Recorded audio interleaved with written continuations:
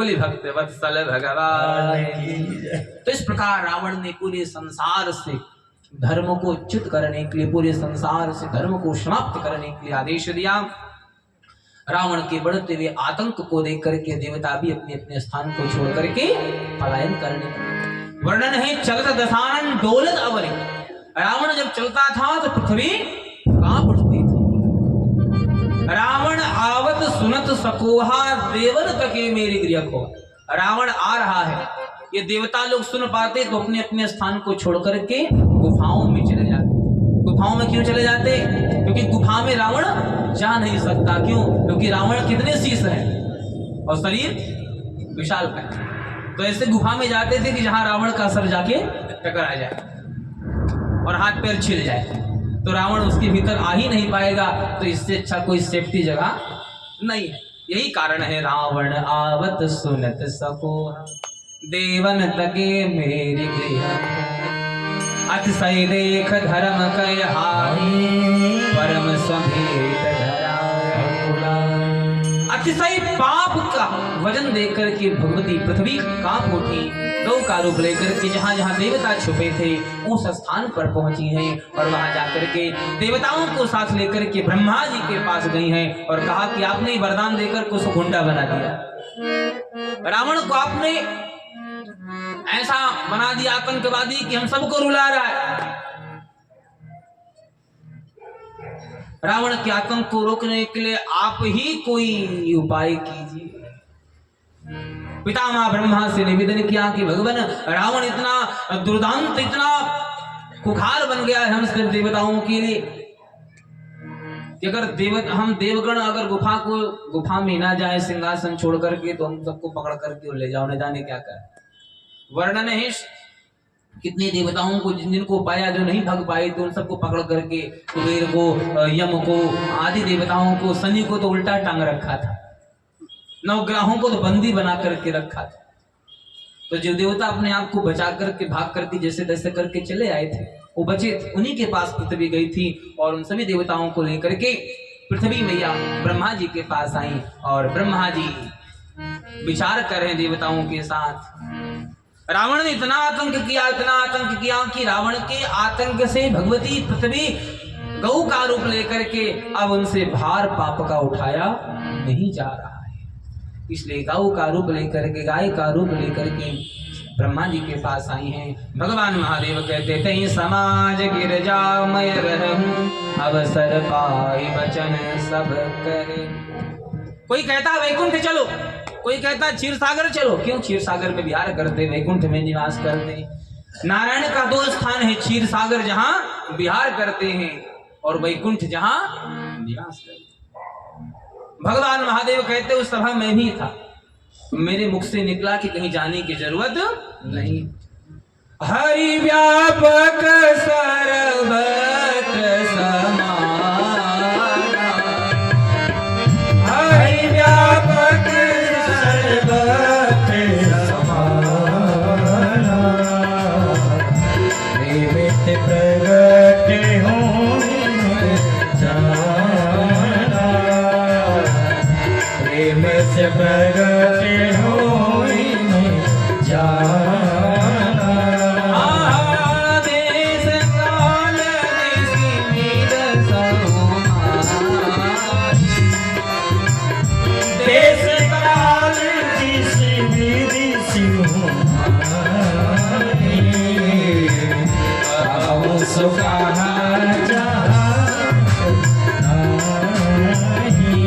शास्त्र कहता है जले विष्णु थले विष्णु विष्णु पर्वत मस्तके, ज्वाला माला कुले विष्णु सर्वम विष्णु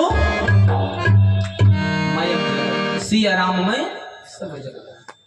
सभी देवताओं ने मिलकर के भगवान महादेव के वचन का समर्थन किया। भगवान महादेव ने कहा कहीं जाने की जरूरत नहीं है, राघव को तो केवल प्रेम प्रिय है, यही प्रेम का अनुसंधान करके और राघव को यहीं पर स्मरण करेंगे, नारायण को यहीं पर स्मरण करेंगे। और सब देवता भगवान ब्रह्मा के कहने पर, शिव के कहने पर लगे नारायण को पुकारने। जय जय सुर नायक जन सुखदायक प्रणत काल भगवंता गोविंद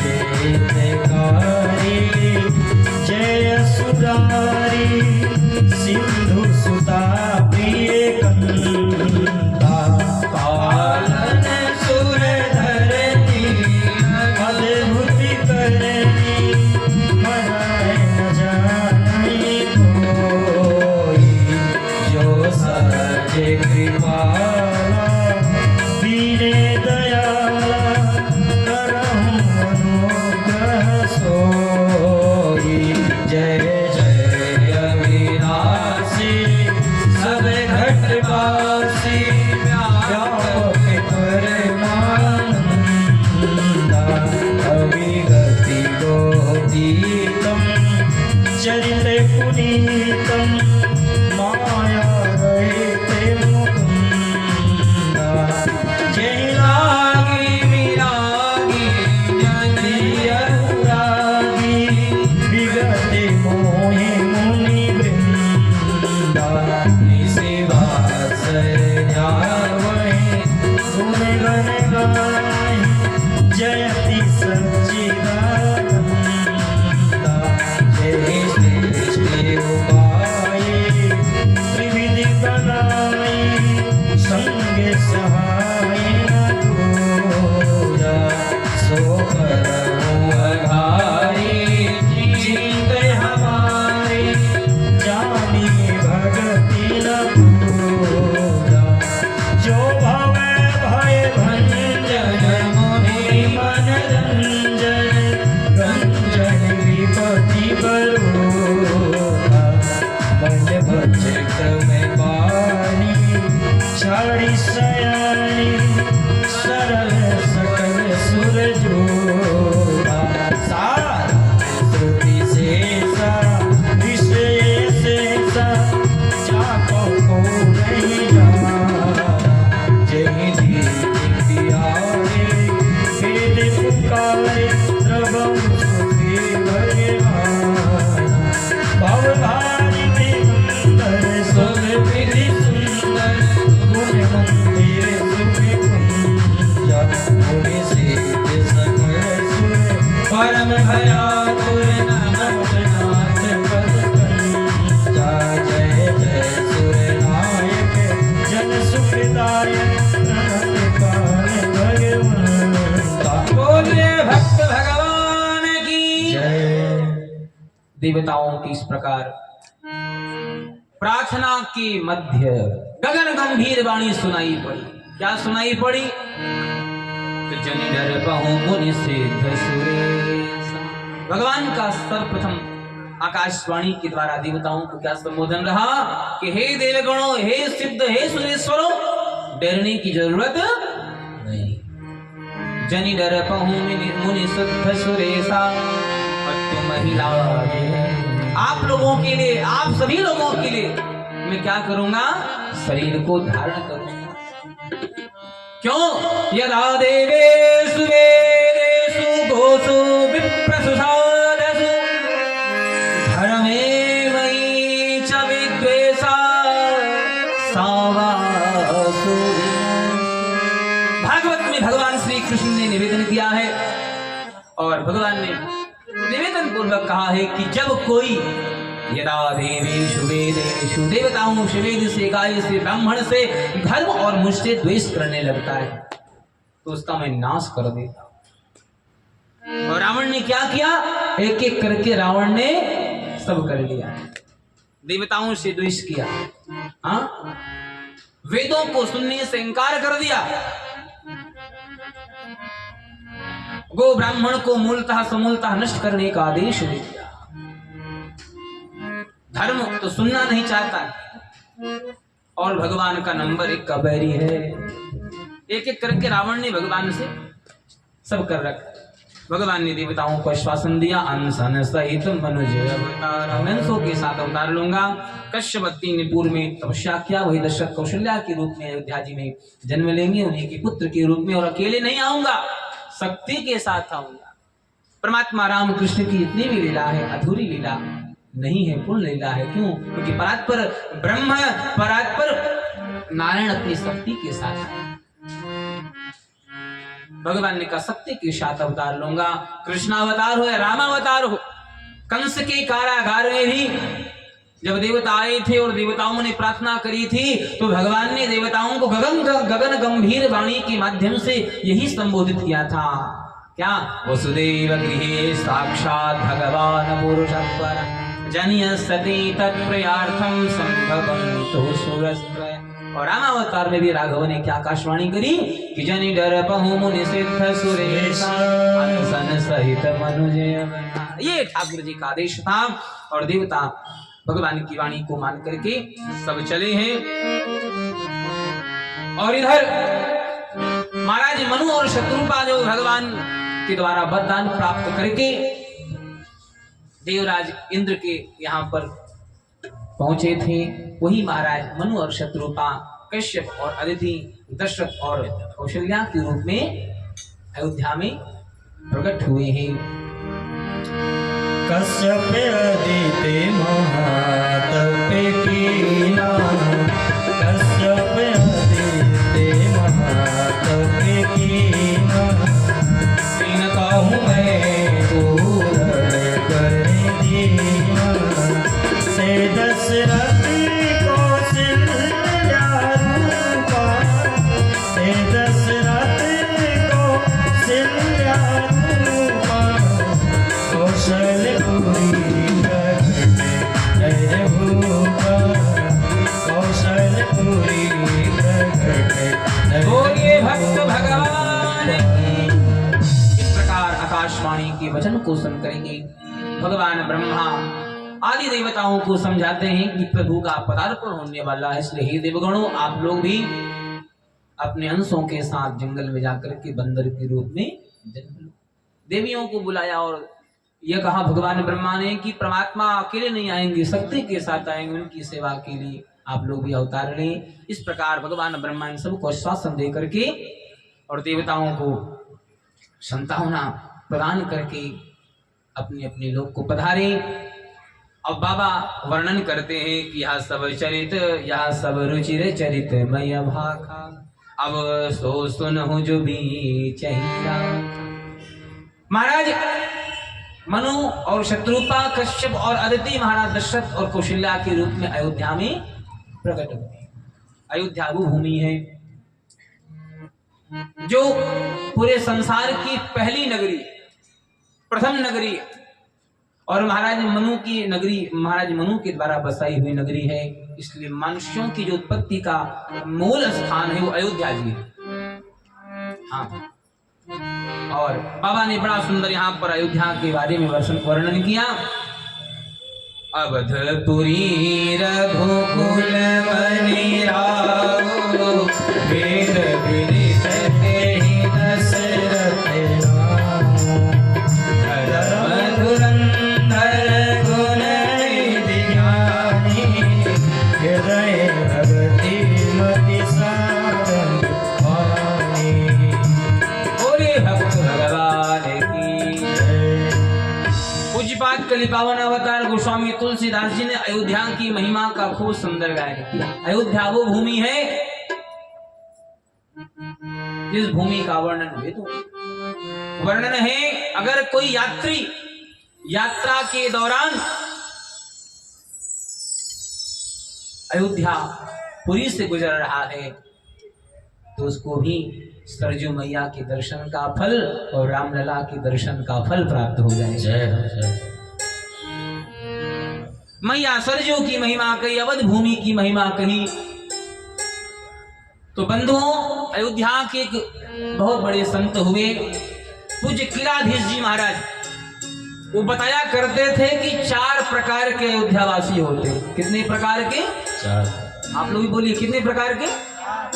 कौन से अयोध्यावासी, कौन कौन से?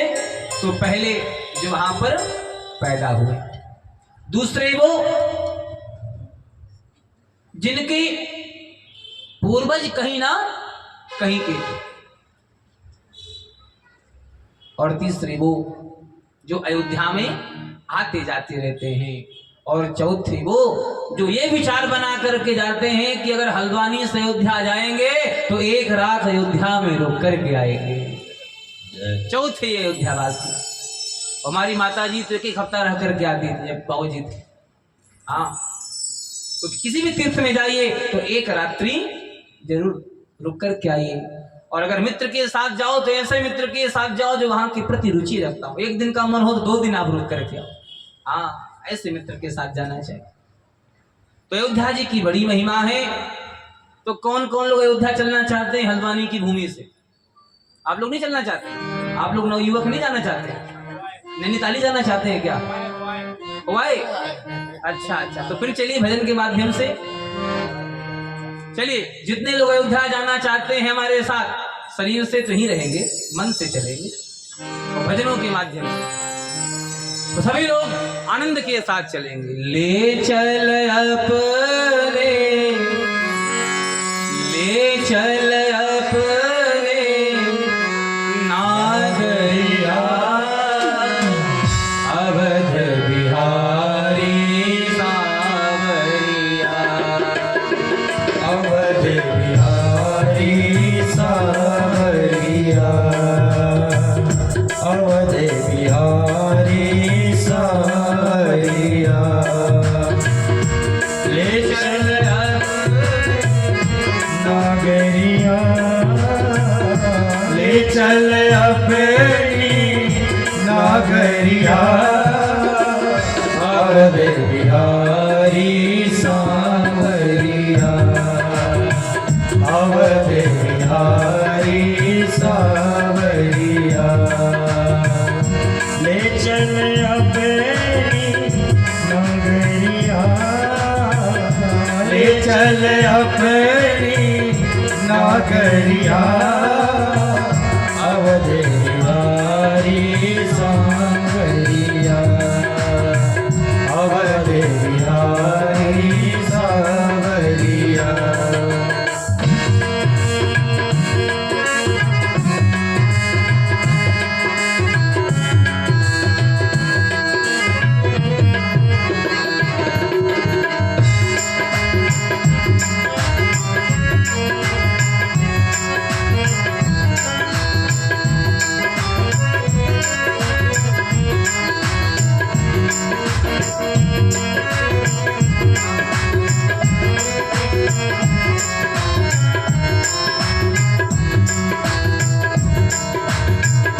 सरयू के तीरे अयोध्या नगरी, सरयू के तीरे अयोध्या नगरी, सरयू के तीरे अयोध्या नगरी, सरयू के तीरे अयोध्या नगरी।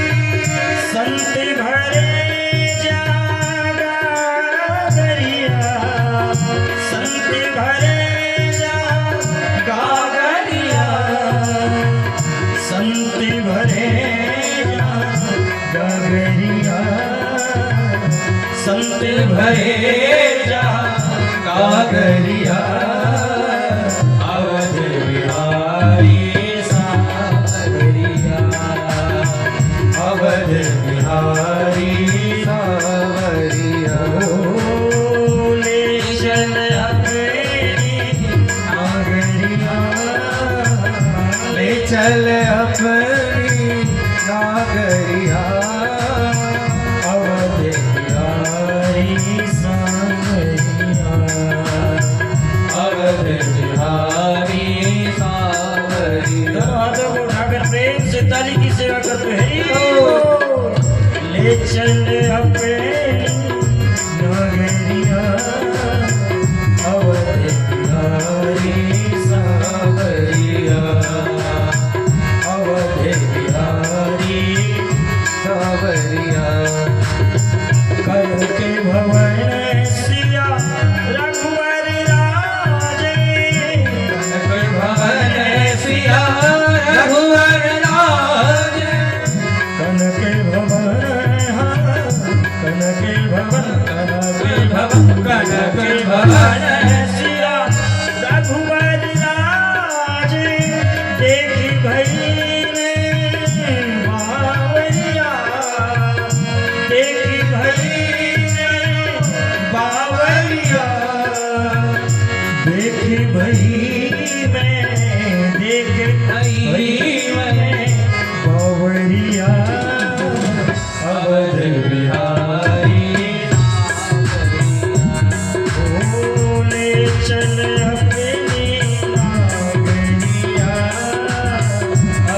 चल अपनी नागरिया अवध बिहारी सावरिया अवध बिहारी सावरिया अवध बिहारी सावरिया अवध बिहारी सावरिया ले चल अपनी नागरिया ले चल अपनी नागरिया अवध बिहारी सावरिया अवध बिहारी सावरिया अवध बिहारी सावरिया अवध बिहारी सावरिया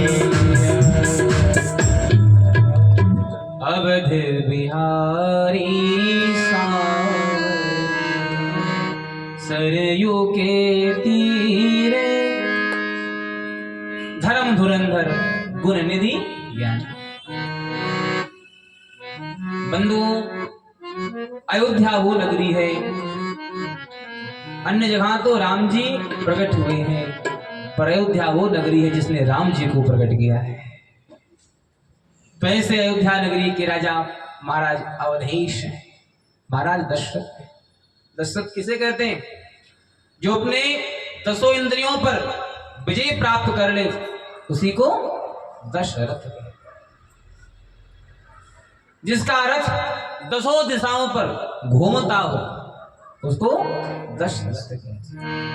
वेदों में जिनका नाम है वेद विदित ही दशरथ नाम। उनकी 3 पत्नियां हैं। श्रीमद् वाल्मीकि रामायण महर्षि वाल्मीकि कहते हैं स्त्री हिरी और कीर्ति, यही तीनों देवियां कौशल्या, सुमित्रा और कैकेयी के रूप में प्रकट हुई। और इनके अतिरिक्त भी 350 रानियां और भी हैं वाल्मीकि रामायण के अनुसार। तो महाराज की जो कौशल्या नाम की रानी है वो महाराज के अनुकूल है। चाणक्य अपने नीति में कहते हैं पत्नी जो हो अपने अनुकूल होनी चाहिए, अपने अनुकूल सौंदर्य में, अपने अनुकूल आचरण में आदि में। और अपने से अगर ज्यादा श्रेष्ठ लाओगे ना तो नीला ड्रम मार्केट बिक रहा है। नीला ड्रम, हाँ, बोले गोविंद भगवान की जय। इसलिए अनुकूलता बहुत आवश्यक है। जीवन संगनी कैसी हमारे अनुकूल हो। बाबा कहते हैं कौशल्यादि नारी प्रिय सब आचरण पुनीत। आचरण पुनीत, पवित्रता है आचरण। पति अनुकूल प्रेम दृढ़ हरिपद कमल विनीत, ये दर्शन है।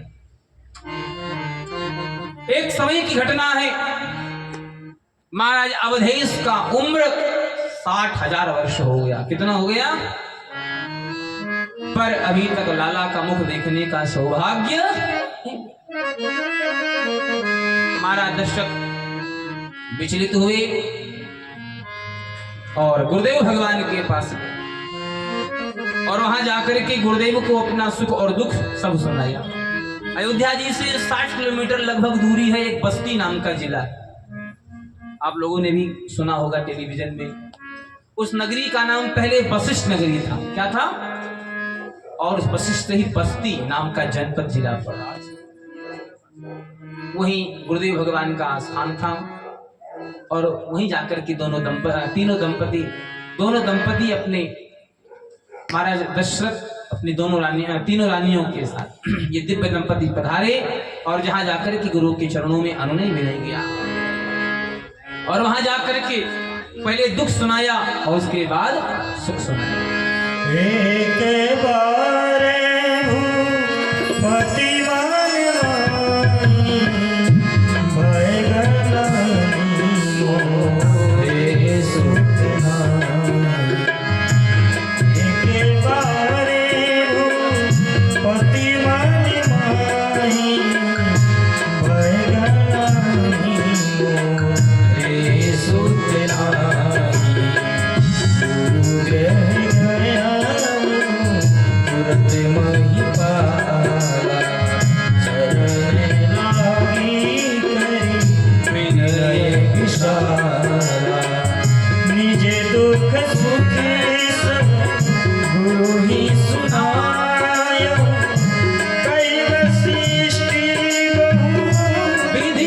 बुझायो कही वशिष्ठे बहु विधि समझाया धरहु धीरे होई मैं सुत चारी त्रिभुवन विदित भगत भय हारी श्रृंगी से ही वशिष्ठ बोलावा पुत्रे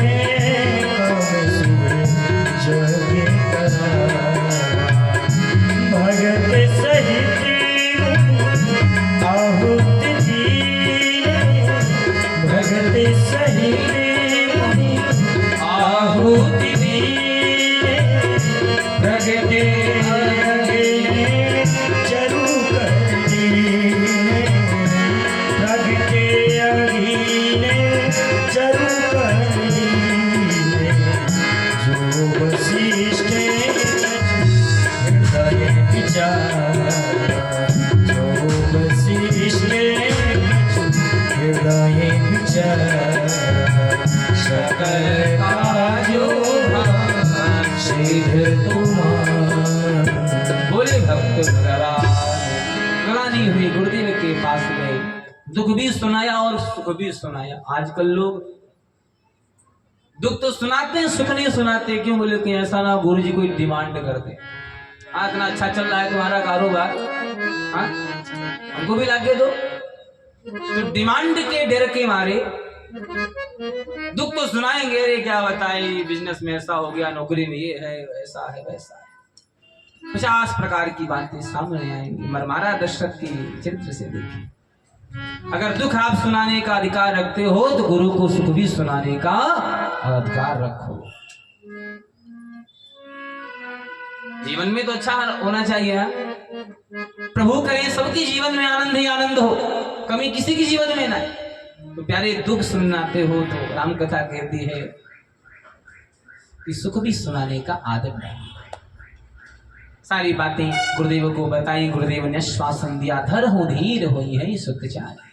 ये जीवन है, इस जीवन में पता नहीं कब क्या कौन सा मोड़ इस जीवन में आ जाए, इसलिए घबराने की जरूरत नहीं। धैर्य धरहु धीर होई है सुख चार। एक की आशा थी और मैं क्या देख रहा हूं, राजन आपके मस्तक की रेखा बता रही, 3 और भी मिलेगा। हाँ गुरुदेव, हाँ। त्रिभुवन विदित भगत भय और ऐसे पुत्र होंगे तो 3 लोकों में विख्यात होंगे, भक्तों की भय को हरण करने वाले होंगे। आता अधर्मी दुराचारी पापाचारी का मूलता समूलता नाश करने वाले। आश्वासन दिया, श्रृंगी ऋषि को बुलाया गया और अयोध्या से 17 किलोमीटर उत्तर दिशा की ओर मनोरमा नामक की एक नदी है, जहां आज भी प्रत्येक साल यज्ञ होता है। उसी स्थान पर पहुंच करके और यज्ञ किया गया है, भक्ति के साथ आहुति दिया गया। और अग्निदेव सोने के थाल में देव निर्मितम, देवताओं के द्वारा जो निर्मित है वो देव निर्मित चरु को लेकर के, खीर को लेकर के प्रकट हुए। वाल्मीकि रामायण में वर्णन है, महाराज दशरथ जब पुत्र प्राप्ति के यज्ञ कर रहे थे तो उस यज्ञ के भाग को लेने के लिए सभी देवी देवता आए। उस समय जब देवता आए तो ब्रह्मा जी भी आए और ब्रह्मा जी से कहा कि आपने रावण को वरदान देकर के जो है, आपने रावण को वरदान देकर के उसको आताताई बना दिया, अब आप ही उपाय बताइए कि उसका वध कैसे होगा। तब भगवान ब्रह्मा ने कहा कि रावण ने वरदान मांगा है कि हम काहू के मरही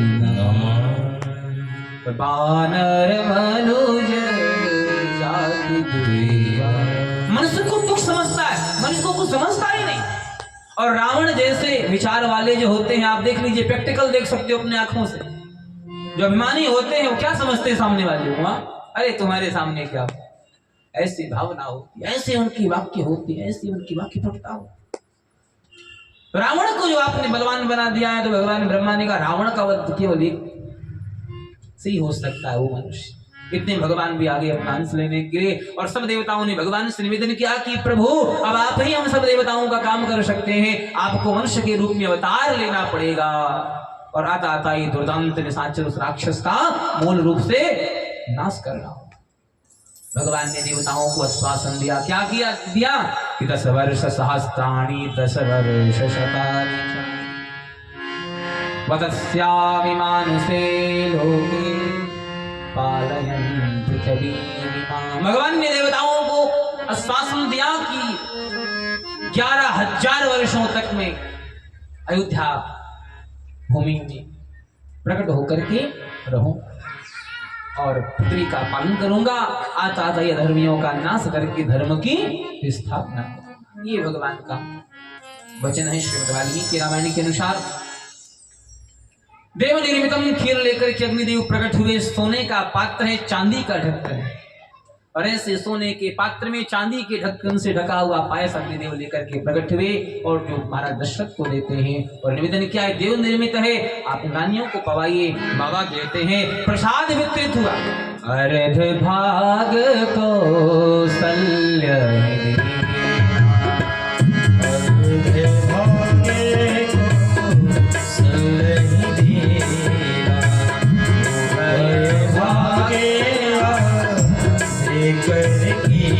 प्रसाद वितरित हुआ है।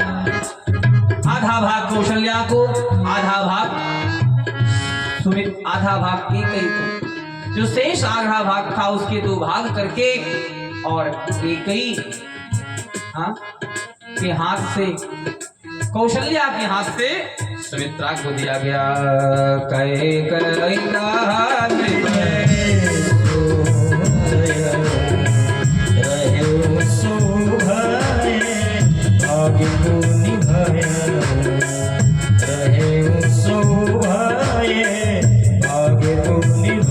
बोलिए भक्त भगवान की। प्रसाद वितरित हुआ, रानियों ने प्रेम के साथ प्रसाद पाया। प्रसाद शब्द का अर्थ ही होता है प्रभु का साक्षात्कार। उसी को क्या कहते हैं? प्रसाद।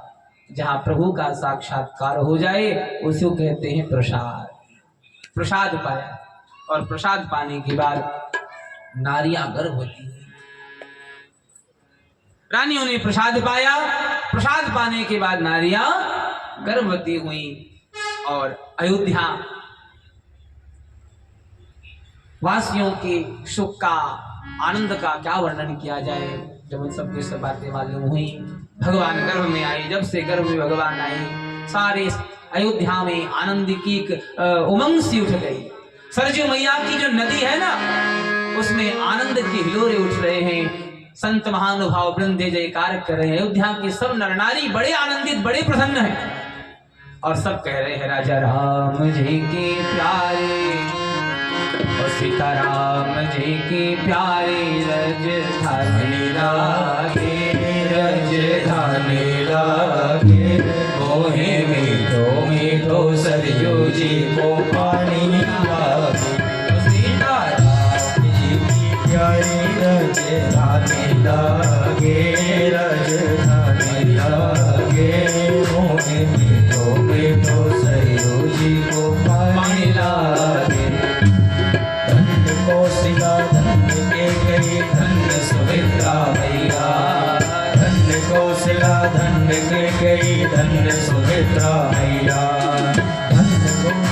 धन्य रूप दशरथ के आंगन खेले चारों भैया, खेले चारों भैया। मेरी दोस्त की रसीली प्रभु की बानी लागे, प्रभु की बानी लागे। मोहे जी को पानी लागे। सीताराम जी की प्यारी राजधानी लागे, राजधानी लागे। मोहे मीठो मीठो सरयू जी पानी लागे।